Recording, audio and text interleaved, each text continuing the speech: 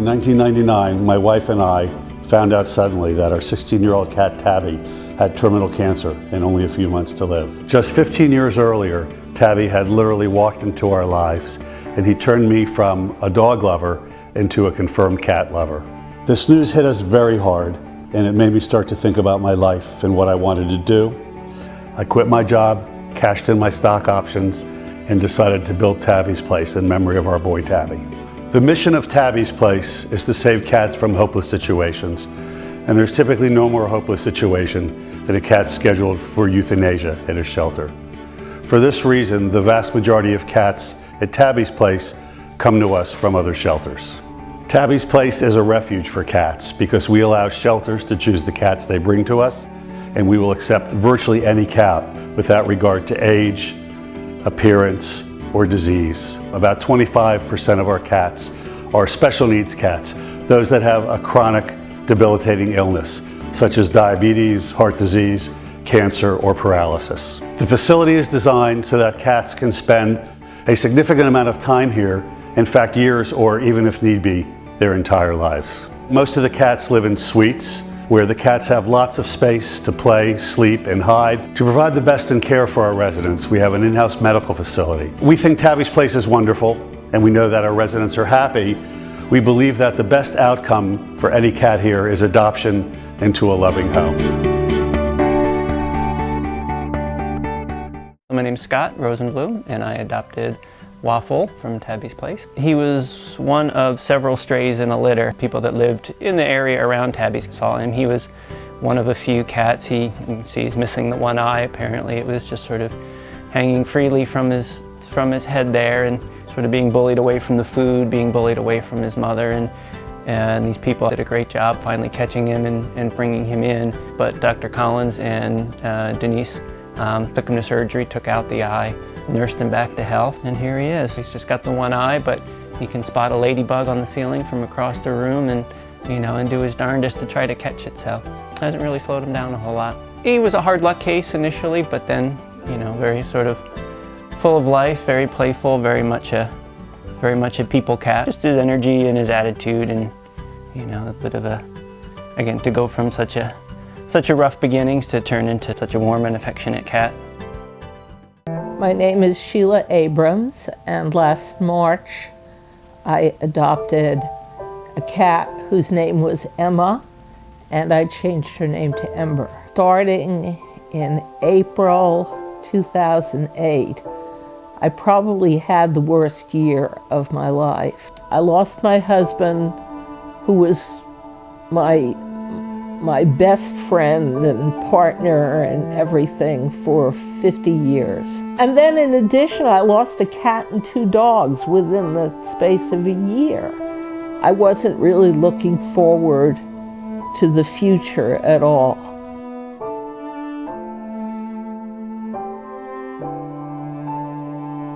I thought, when you have a fire and there are embers left in the fireplace, it means the fire hasn't gone out yet. I named her Ember because I felt that she should have a new name to signify a new life. She's not a lap cat. She doesn't cuddle, but on her own terms, she will come and rub against my leg, and if I don't pet her, she'll hit me with her paw, and I pet her. She likes to be petted. Adopting her was a commitment to go on. It meant that my life was going to go on, and that something new could happen to me. Even though I didn't have Bernie anymore, new things could happen to me in my life. My life still had possibilities. So that's what she meant to me. That's what the adoption meant to me, and why it's been important to me. Donnie came from a shelter in Brooklyn with his mother, and he was a litter of 6. Unfortunately, he and his brother were the only survivors from that litter. They were very highly infected with the Khaleesi virus. Then they went through multiple treatments of ringworm. Once he came out and he was free to run around in the lobby, we did notice that he was limping. We found out that he had bilateral luxating patellas. The patella is basically the kneecap, and it is either from a deformity of the soft tissue or the natural groove where the patella rests. If it is not properly formed, it allows the patella to rotate back and forth out of the socket. Most cats, you do not operate on them unless they're painful from it, and he was pretty painful. They were pretty severe luxations. The biggest part to the surgery is the recovery time. He had to be confined for about 2 months.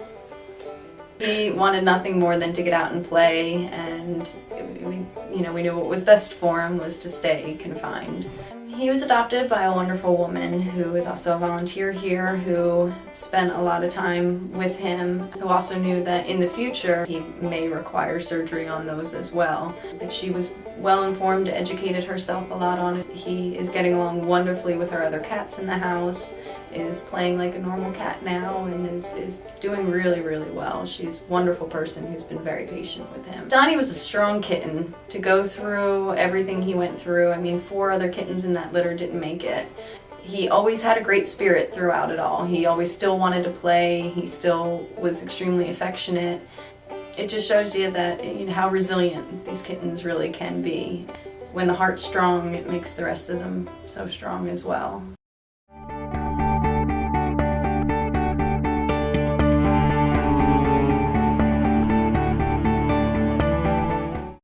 Everywhere we looked in 2009, people were talking about the recession. Yet despite the rough economy, the Tabby's Place family made it a true banner year for the cats. As you can see, 2009 saw the highest income ever for Tabby's Place. The kitties brought in about $168,000 more than any other year. That amazing generosity came overwhelmingly from individuals and families who adore the cats. Tabby's Place receives no government funding whatsoever. As you can see, we receive only about 6% of our income from corporations and foundations. The remaining 94% comes from just the amazing public who is crazy about the cats. The Tabby's Place cats are blessed to have people loving them as near as Ringo's, New Jersey, and as far away as South Africa and the United Arab Emirates. The generous donations from the people who love our cats go primarily towards medical expenses. Since at any given time we have around 100 cats and about 30% of those cats have special needs, we make very heavy use of emergency and specialty services, which are costly, but there's nothing that we won't do for a cat if it's in his or her best interest. So our medical expenses are pretty much always our most significant category of spending. The beautiful generosity of our cats' friends also meant that 2009 saw a major milestone. It was the first year that Tabby's Place was fully self-sustaining. Every year before 2009, John and Sharon Rosenberg have had to kick in extra to make up the difference between our expenses for the kitties and the income that we've brought in through donations. But in 2009, donations from the public covered our expenses completely. Reaching the goal of being self-sustaining brings us that much closer to the ultimate dream for Tabby's Place. 3 buildings that will care for 500 cats at once, including the most vulnerable kitties, cats with feline leukemia. In 3 years, we hope to begin planning for the next building, which will welcome the next 200 Tabby's Place cats. And we know that 3 years are going to pass in a flash, and we can't wait to rescue and welcome and love those next 200 cats. As remarkable as 2009 was, we need a great deal of help to make 2010 as successful and to continue to be self-sustaining as we care for the cats. Thank you from the bottom of my heart for loving the cats so well. Here's to 2010 and beyond.